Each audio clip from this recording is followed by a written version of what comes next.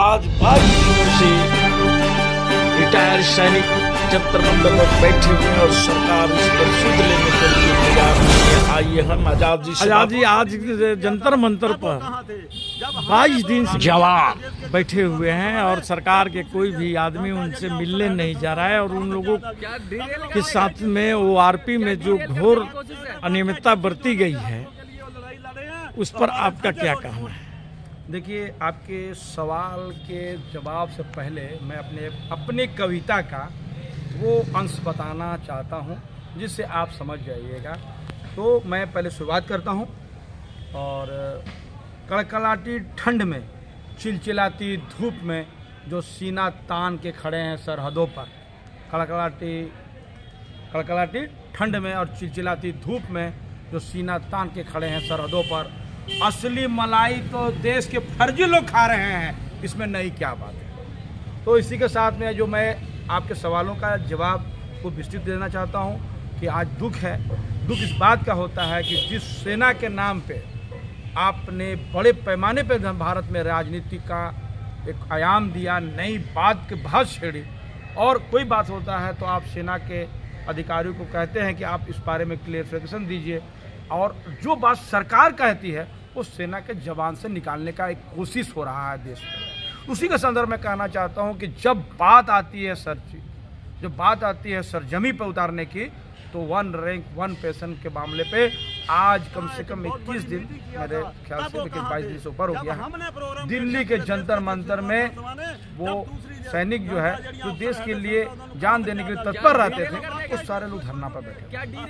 तो जो आप कहते हैं कथनी और करने का फर्क अगर जो है तो आप इसी वानगी को रूप में इसको आप देख सकते हैं। तो ये लोग किसी का नहीं, ये लोग का सिर्फ एक ही मकसद होता है कि एन कैन प्रकेन भारत के सत्ता में किस तरह काबिज हो।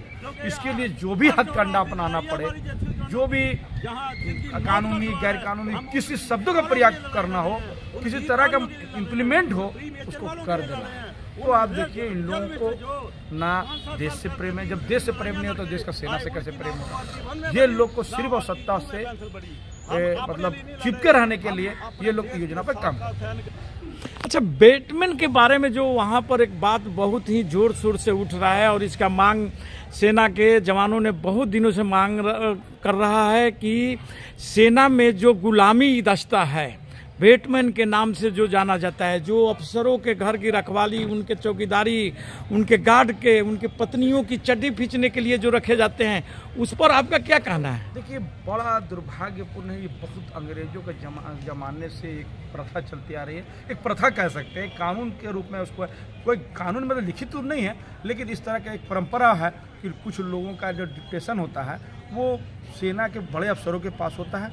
जो काम कराए जाते हैं वो सेना के मतलब किसी भी सैनिक के लिए उसकी प्रतिष्ठा को धूमिल करने वाली बातें होती है। जिस काम के लिए, जिस जज्बे के साथ, जिस उत्साह के साथ और जिस मकसद के साथ में लोग जो सेना में जाते हैं, वो मकसद वहाँ पर धूमिल होता नजर आता है। क्योंकि जो काम कराया जाता है उसको सैनिकों को उसको काम से नहीं, उसके लिए अलग से नियुक्ति होनी चाहिए और जो इस काम को करे। लेकिन ये बहुत पुराना परंपरा है और ये बड़ा खेद है। अंग्रेजों के समय से ये अंग्रेज लोग रखते थे। आप इस पर क्यों मुहर नहीं लगाते हैं कि इस प्रथा को, इस परंपरा को हम बंद कर दें? तो आप तो हर चीज में बोलते हैं। आपने बोला कि मैं चवन्नी बंद कर दिया, मैं कहता हूँ अठन्नी बंद कर दिया।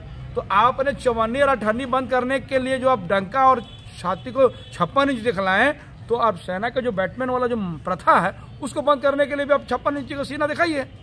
तो वहाँ जब दिखाने की बारी आती है तो ये लोग बगले झाँकने लगते हैं और ये लोग, साफ है कि ये लोग को कुछ करना नहीं है, क्योंकि उससे उसकी वोट की राजनीति प्रभावित नहीं हो रही है। जो वोट की राजनीति में प्रभावित नहीं हो रहा, इसको ये लोग इम्प्लीमेंट नहीं करेंगे।